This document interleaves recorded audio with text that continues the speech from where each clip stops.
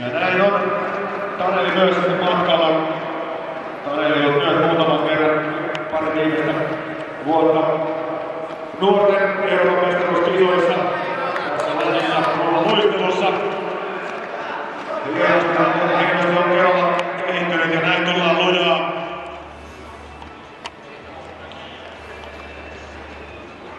Ja näin on nuori mies Lepola liikkeellä. Julius, joka viime vuonna luisteli komeasti Hollannissa kolmipäiväisessä kansallisessa kilpailussa omassa sarjassaan. Näin tänään täällä Lahdessa SM-kilpailussa.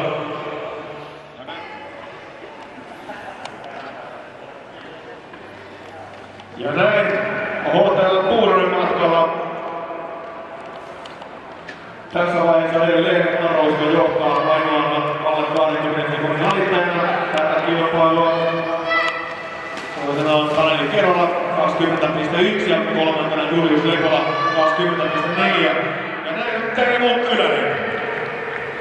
Teemu Ylönen HTL lähtövuorossa.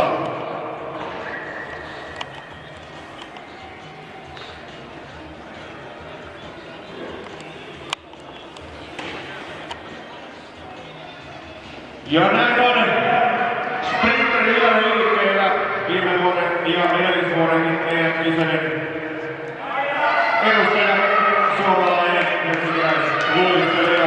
HTL:stä tosissaan panostaa rollaluisteluun ja on tärkeä